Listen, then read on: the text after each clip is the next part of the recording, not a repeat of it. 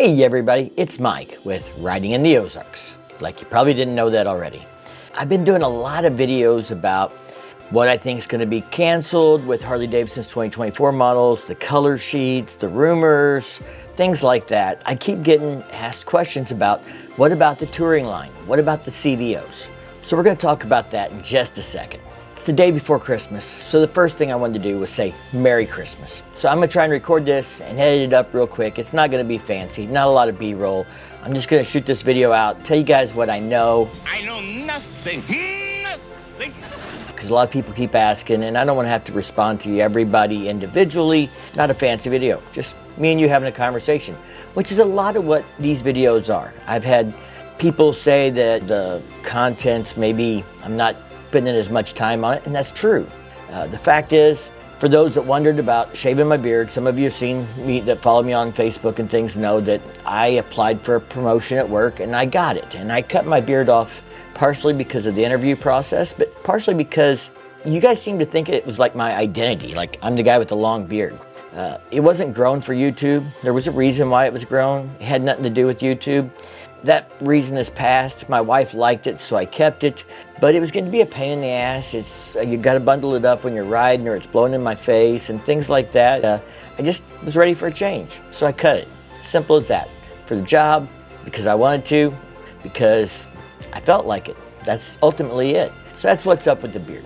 I spent a lot of time the month before getting the job preparing for the interview, doing some training, doing things to make myself the best candidate I thought possible for the interview process for the job. I cut back on the number of videos I was doing back in November, kind of late October, and then I haven't done as many videos recently. And the videos I do may be, some of them a little more plain, simple, and some won't be. It's hard to say. I just have to see how much time I have.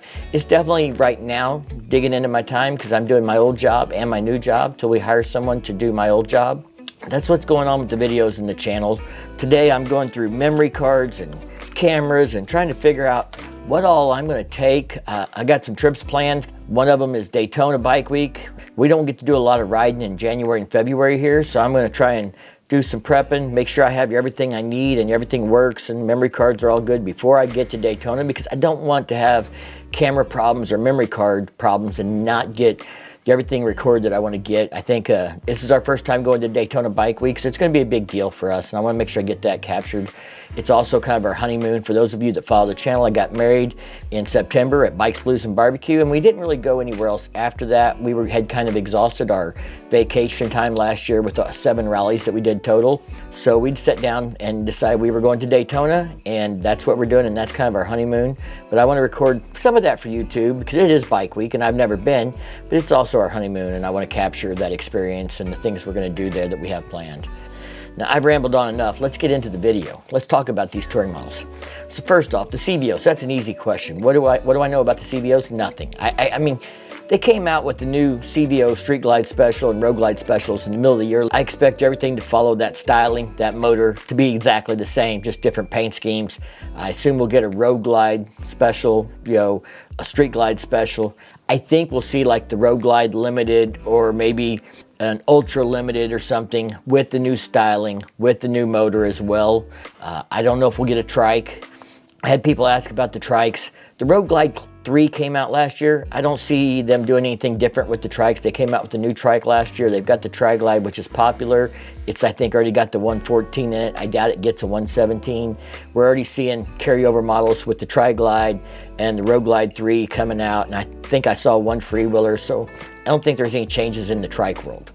Now, what the real question is for me, and what people have been asking about, is what's going on with the specials and the standards for the Road Glide and Street Glide. And I don't know for sure. I have no real reliable sources. I did hear a comment from a reliable source, and it matches some comments that viewers have left me that seem to imply that they're in the know. Whether they work at a dealership or for the motor company or what, I don't know. I don't know these people directly or anything else. But the rumor I hear is that they're going to get styling changes. They're going to get the new Batwing or Road Glide fairing, and they're going to get the LED lighting integrated in it, and they're going to get the new screen. but they're getting, like the specials are getting 114. Somebody said the standards are getting 114s also. I don't know. I heard they were specials when standards were not getting inverted front forks, we're not getting Brembo brakes, any of that stuff. So not getting the 121. Now, I haven't heard anything specific about the STs.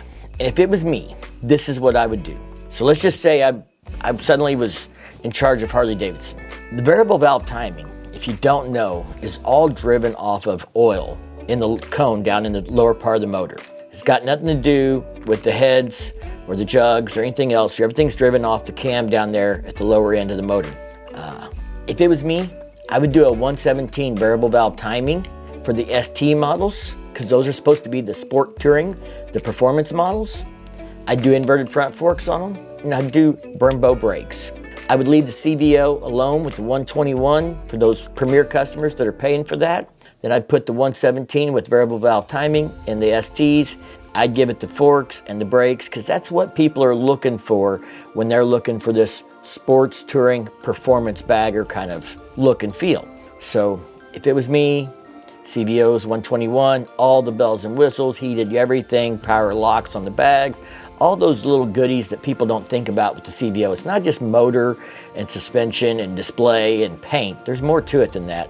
Remote locking bags, heated grips, fancy seat, all that kind of stuff. Specials would get, a 114.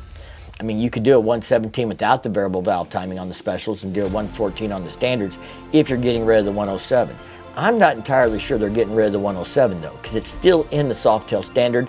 The 2024 Softail standard has shipped and has shown up at dealerships, and it's still got that 107 in it. So it's hard to tell. I don't have a lot of details.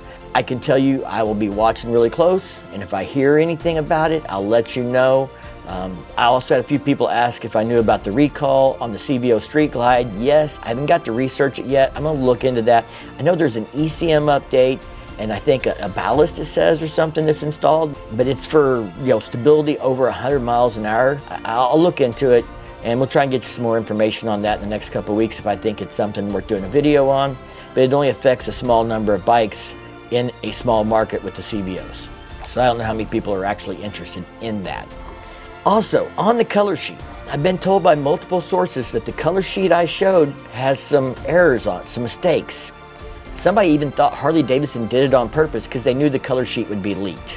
They're not giving out sheets with the colors actually on them anymore, just that sheet that I showed you and stuff. That is, as far as I know, the color sheet that dealers are being given, but it's also, dealers are telling me that it's not accurate, that there's some mistakes on it, and some of them suspect it was on purpose because the dealers keep leaking stuff.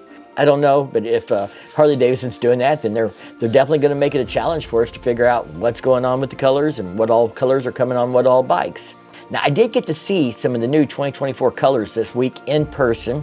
I got to see Red Rock, and I'm curious if Red Rock was named after Red Rock Canyon out by Vegas after doing a little research, because it's kind of a dull red, to be honest. And that might make sense if it was based off of like Red Canyon rock. Then it's not going to be bright red. So I'm curious to see if that's where that came from. Maybe the launch video will reveal something about that. Who knows? And then I got to see the shark skin blue, and it's got, like, from what it was inside. I didn't get to see it outside, but people who have seen it outside said it's got some pearl in it. It is actually a very nice looking color. It's a light blue.